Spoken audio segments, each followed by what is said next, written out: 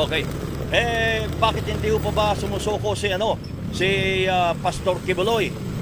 I really do not know his Hindi nyo reason alam.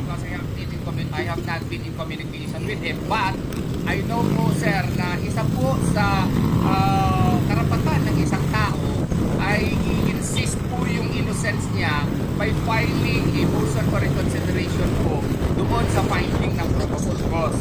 Tsaka pwede rin po niyang questionin yung validity ng warrant, especially in this case na na-dismiss na po ito ng City Prosecution's Office at natulog po ng ilang taon sa Department of Justice at binuhay lang noong panahon na nag-imbestiga po si Senator Risa Hontiveros.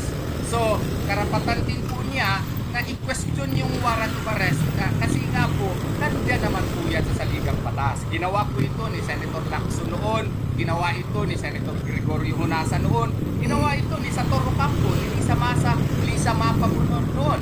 So, kung ginawa ito ng ibang tao, this is pursuant to the law in Tuliao versus Miranda, in Santiago versus Vasquez, nandyan po yan sa ating saligang batas. It is within the rule of law. Marami naman po mga terorista. Isang kapatid ko nga din, duhog hindi siya may bahan, si Sahiron. Dami po allegedly na biktima po niya. Wala namang team na ganyan na kadaming tao na dinidevote na para lang sa taktim. Yun, allegedly, marami daw siyang napatay, marami daw nga nabubahan. Dito, wala naman pong napatay si Pastor. Yung finding ng probable cause niya, pending pa. Hindi ko maintindihan bakit ayaw i-rule ng Department of Justice. Samantala yung finding of probable cause pinatulog noon ng more than 3 years. Kaya nga po, hindi naman po makatarungan nun na gawin mo yung arrest warrant as a legal subterfuge to take over a property na hindi naman po nakapangalan sa kanya. Attorney, kayo po isang abogado. Alam po ninyo na meron siyang warrant of arrest. Meron siyang sinasabi niyo walang kasalanan. Ay ba't hindi sa sumulpot at ipagtanggol ang kanyang sarili sa pamamagitan niyo bilang isang abogado ni Pastor Kibuloy? Sir, kaya nga po, nasabi ko nga po sa yung part sa ating tulog is to insist on questioning the finding of probable cause. Pangalawa, pwede rin niya questioning yung validity ng warrant at saka information. Andyan po yan sa ating batas. Pangatlo, may threat kasi sa kanyang buhay. No?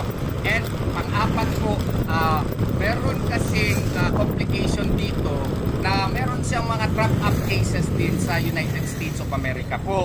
FBI. Yung request po sana noon na mag-issue ng written declaration si Presidente Marcos, si DOJ Secretary Rimulya, si DILG Secretary hindi siya i-extraordinarily render doon sa United States of America para ma-prove niya yung innocence niya dito at saka hindi sana mag-interfere ang United States of America sa judicial proceedings dito, hindi po ginawa. Reasonable naman po yung request. Kasi Attorney, sandali lang, Attorney. We have to assert our territorial sovereignty. Attorney. Ang request naman niya ay gusto lamang niya na yung ating mga proseso ay galangin at hindi siya ipadala sa United States of America na hindi pa niya ma-prove yung kanyang innocence po. Attorney, di magpaliwanag siya sa Amerika. Una, wanted siya ng Federal Bureau of Investigation, FBI.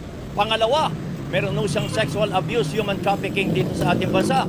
Pangatlo, kung talagang siya ay son of God, bakit hindi sa sumulpot at ipagtanggol ang kanyang sarili at humingi siya ng blessings mula sa God na siya ay pakawalan at siya ay mawala lahat ng kanyang kaso. Di ba, Attorney? Son of God siya?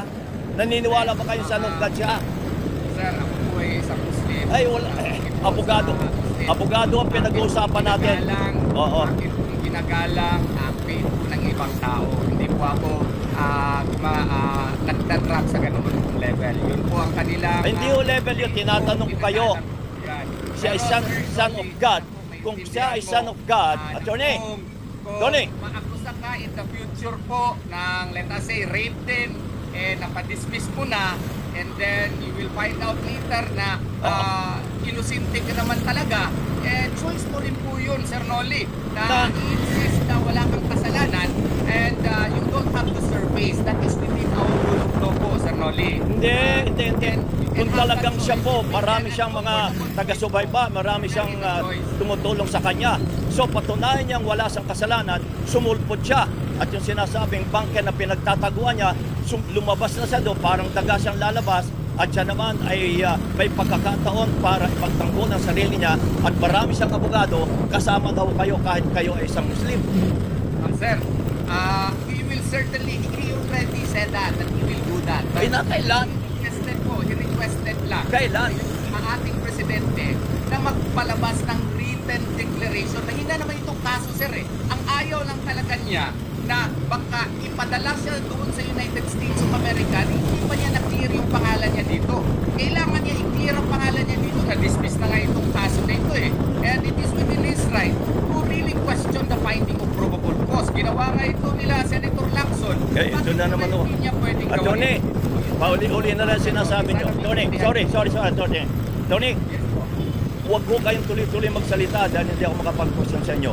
Paulit-ulit ko ang sinasabi yung mga Lacson na yan. Ang sinasabi ko namin, hindi makikialam ang Pangulo dyan.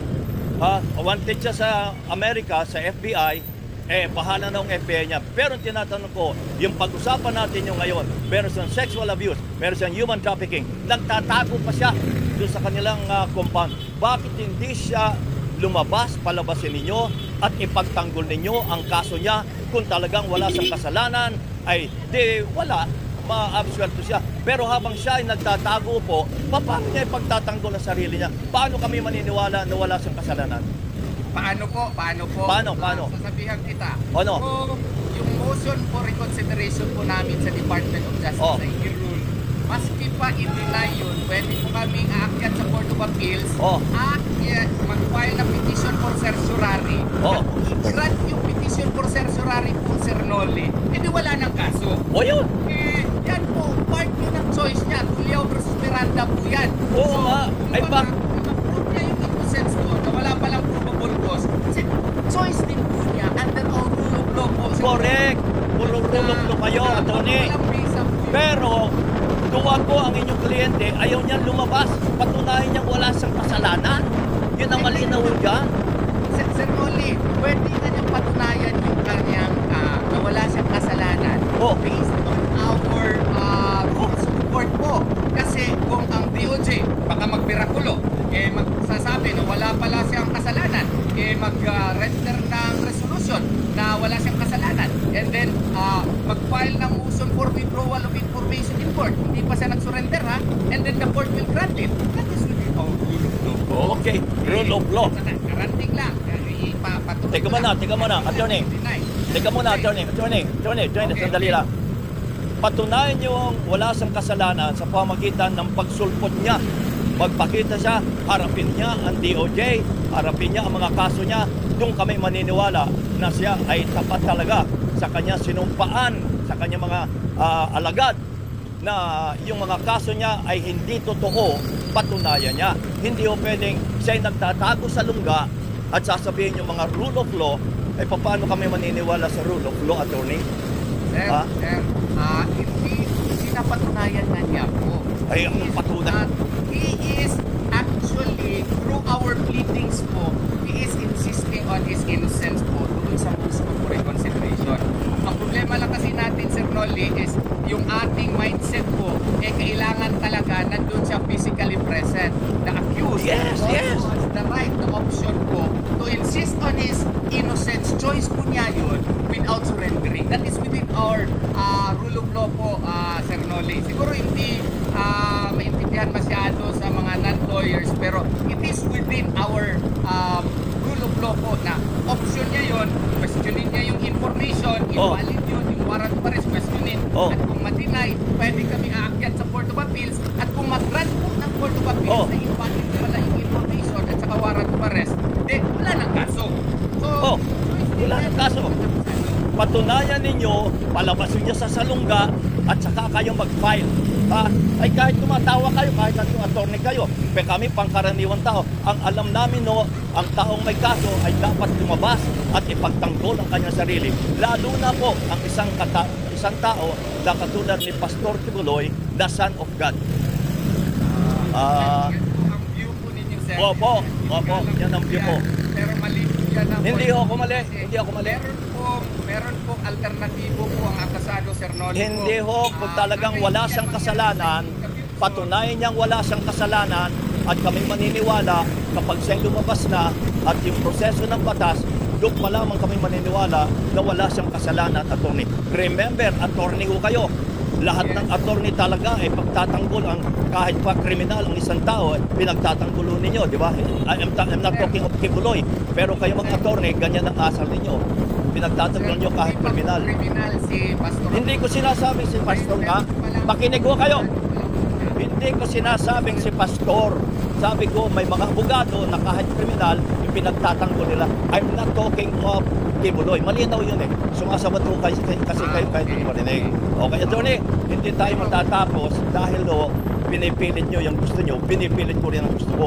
Pero abangan natin kung ano magiging resulta. Ganito na lang po. We have agreed to disagree. Okay. We have agreed to disagree. Sa ating saligang batas, part po sa ating mga batas po, na may choice talaga yung akusado. May choice din. Na Ay, i-insist niya yung kanyang Attorney, sorry. na hindi kailangan maging physically present before the jurisdiction of the court. Especially in this case na may banta po sa kanyang buhay. At saka may threat po Banta. na i-extraordinarily render siya sa United States of America. Sana po galangin din natin yung kanyang desisyon kasi I could not impose my choice to my client po. No? Ang Okay. aking pong trabaho is to present the alternatives to my client and it is up to the client to choose which of the alternatives that he will. Okay. Naiintindihan po ninyo. Hindi ko naintindihan. Maraming salamat po. We agreed to disagree, attorney. Sabi We mo have nga. agreed to Okay. disagree po. Attorney ka, ako ay pangkaraniwang tao. Broadcaster lang ako. Attorney, maraming salamat po sa pangalan po ng ating mga kapatid na Muslim. Maraming salamat po.